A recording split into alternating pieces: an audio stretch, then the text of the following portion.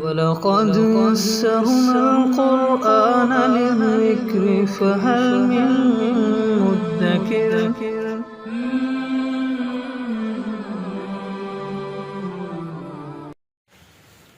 سورۃ البقرہ آیت نمبر 222۔ اعوذ باللہ من الشیطان الرجیم، بسم اللہ الرحمن الرحیم۔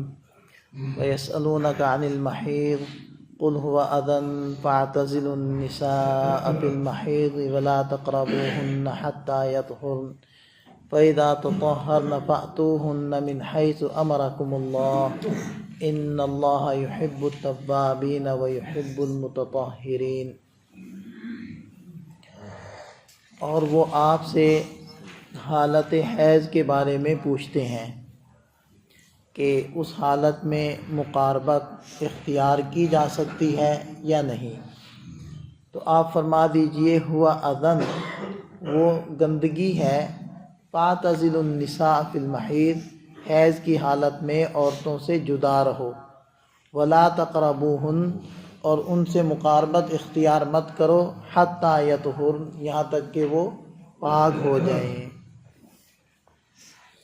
یہ مخصوص ایام ہیں، عورت کو ہر ماہ میں کم سے کم 3 دن، زیادہ سے زیادہ 10 دن، یہ اس کی مدت ہے، اور اس کے بہت سارے تفصیلی احکام ہیں۔ تو ان مخصوص ایام میں خاوند کا اپنی زوجہ کے ساتھ کیا معاملہ ہوگا، تو اس کے بارے میں یہ سوال ہو رہا ہے۔ تو اللہ تعالیٰ نے ارشاد فرما دیا کہ وہ گندگی کے ایام ہیں، لہٰذا ان دنوں کے اندر مقاربت اختیار نہیں کرنی۔ کس حد تک قریب ہوا جا سکتا ہے؟ ویسے تو گھر کے کام کاج جیسے پہلے عورت کرتی ہے تو وہ تو حسب ترتیب وہ کرتی رہے گی، البتہ جو مخصوص تعلقات ہیں وہ نہیں قائم کرنے۔ اور اس کی حد کیا بیان کی گئی ہے کہ ایک موقع پر ایک صحابی حضرت ام عائشہ صدیقہ رضی اللہ عنہ کی خدمت میں حاضر ہوئے، تو ان سے اس معاملے میں پوچھا کہ جب آپ کے ساتھ یہ معاملہ ہوتا تھا تو نبی پاک صلی اللہ علیہ وسلم کا عمل کیا تھا۔ اب دیکھیں کہ حضرات صحابہ کرام نے ضرورت کی بات پوچھنے سے کبھی بھی شرم نہیں کی، اور جو ضرورت کی نہیں تھی اس کو پوچھا نہیں۔ تو حضرت ام عائشہ صدیقہ رضی اللہ عنہ نے ارشاد فرمایا کہ اس حالت میں ناف سے لے کر گھٹنوں تک ایک لنگوٹا کس کے باندھ لیا کرتی تھی، بقیہ جسم سے آپ صلی اللہ علیہ وسلم نفع اٹھا لیتے تھے۔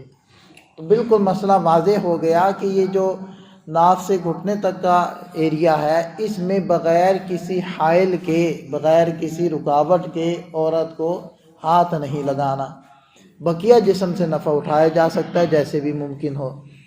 تو بہرحال ارشاد فرمایا کہ فاعتزلوا النساء فی المحیض، عورتوں سے الگ رہو حیض کی حالت میں، ولا تقربوہن، ان سے مقاربت اختیار نہ کرو، اس سے یہی مخصوص مقاربت ہے۔ ویسے جو عام مقاربت ہوتی ہے قریب ہونا، وہ اس سے مراد نہیں ہے، وہ تو کی جا سکتی ہے نا، ساتھ لیٹا جا سکتا ہے۔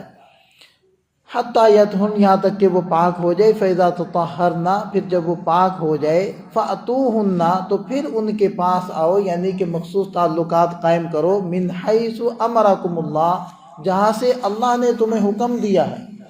اور وہ ظاہری بات ہے کہ ایک مخصوص جگہ سے اللہ تعالیٰ نے اجازت دی ہے، اس جگہ کے علاوہ اجازت نہیں دی ہے، اس کی مزید وضاحت آگے بھی آ رہی ہے۔ إِنَّ اللَّهَ يُحِبُّ التَّوَّابِينَ، یقیناً اللہ تعالیٰ خوب رجوع کرنے والوں کو پسند فرماتے ہیں۔ بار بار رجوع کرنا، اپنے چھوٹے چھوٹے عمل کے اللہ تعالیٰ سے معافی طلب کرنا، وَيُحِبُّ الْمُتَطَهِّرِينَ، اور صاف ستھرے رہنے والوں کو بھی اللہ تعالیٰ پسند کرتے ہیں۔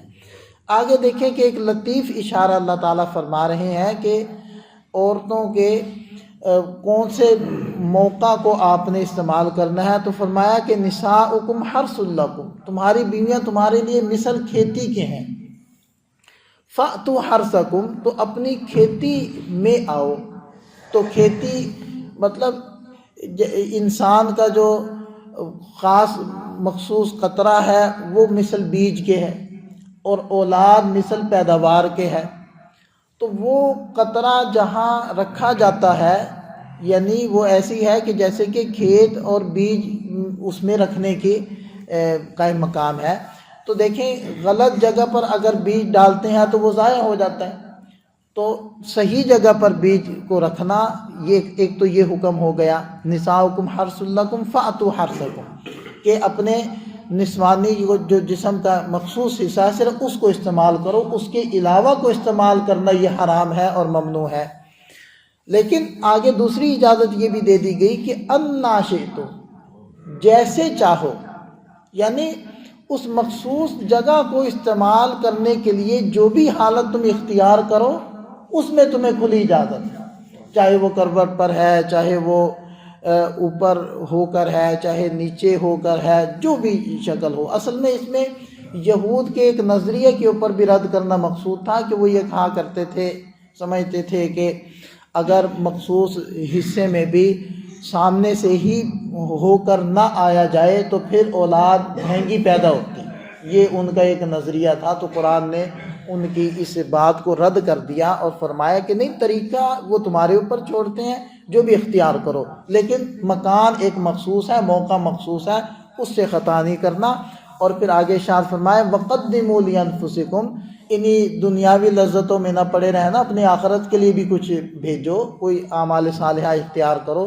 وَاتَّقُوا اللَّهَ وَاعْلَمُوا أَنَّكُمْ مُلَاقُوهُ، اگرچہ اپنی زوجہ سے ملاقات کرنا یہ بھی صدقہ ہے۔ اور جب حضرات صحابہ کرام نے حیران ہو کر کہا کہ یا رسول اللہ یہ کیسے صدقہ ہے، یہ تو انسان اپنی خواہش پوری کر رہا ہے، تو آپ علیہ السلام نے فرمایا کہ دیکھو اگر یہ اپنی زوجہ سے ملنے کی وجہ سے حرام سے تو بچ گیا نا، تو اس وجہ سے یہ بھی ثواب کا عمل ہے اور اس میں بھی صدقے کا ثواب ہے۔ لیکن بہرحال اس میں ایک دنیاوی لذتیں، دنیاوی انہماک کا پہلو تو ہے، اور آخرت سے ایک نوع کی غفلت ہے، اس لیے حکم فرمایا کہ اپنی آخرت کی طرف بھی متوجہ رہو، اس کے لیے بھی اعمال کرتے رہو، یہی مقصود اصلی تمہارا دنیا میں آنے کا نہیں ہے۔ واتقوا اللہ، اور اللہ سے ڈرتے رہو، واعلموا، اور یہ جان لو، انکم ملاقو، کہ تم اس سے ملنے والے ہو، اللہ کے سامنے پیش ہونا ہے اور اللہ نے تم سے پوچھنا ہے کیا کیا ہے۔ وبشر المؤمنین، اور آپ ایمان والوں کو جو اللہ کے سارے احکامات کو مانتے ہیں، عمل کرتے ہیں، ان کو جنت کی خوشخبری سنا دیجئے۔ اللہ تعالی ہمیں سمجھ عطا فرمائے۔